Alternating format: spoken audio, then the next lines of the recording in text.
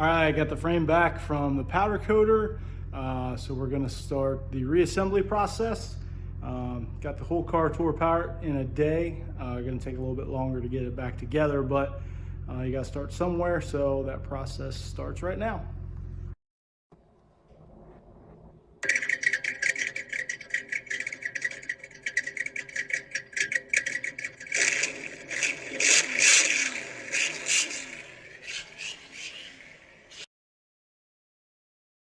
So if you remember, the front of this thing needed a little bit of work.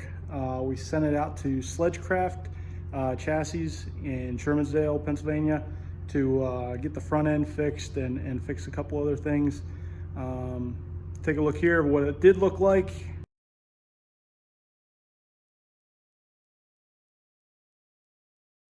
And then now that bar is replaced nice and straight again, along with a couple other things that needed touched up. Sledgecraft does a really good job.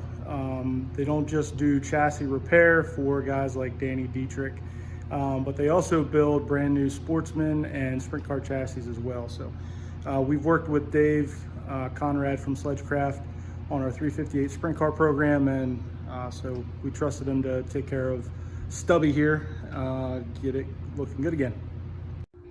After Sledgecraft made the repairs and was off to Bernheisel's for powder coat, yes, the late model Bernheisel's, but they also do sprint car frames. To be honest, we took a little bit of creative liberty here on this one. The frame was painted before, but the paint's going to be really susceptible to stone chips and stuff like that. So instead of having to tear everything down and repaint it every couple of years to make it look good, the powder coat's going to hold up a whole lot better and a whole lot longer. It's the exact same color that it was painted, so it's still going to look the same. We notched it up a little bit. Not quite historically accurate, but it allows us to kind of preserve the history and not be shot blasting this thing every 3 or 4 years. So I think it was the right choice in this project.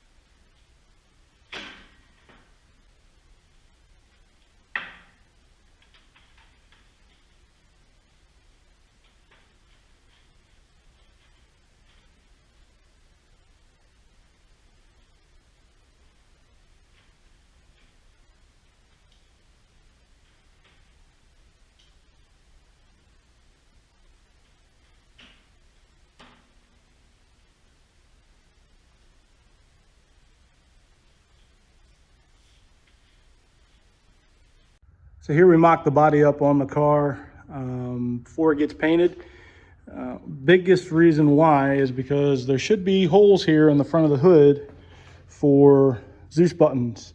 If you remember, this whole side where the Zeus button fastened the hood to the chassis was completely busted out, and we had to patch that whole piece in with fiberglass mat. So rather than chipping a brand new paint job, I wanted to get those holes in there before we send it off to paint.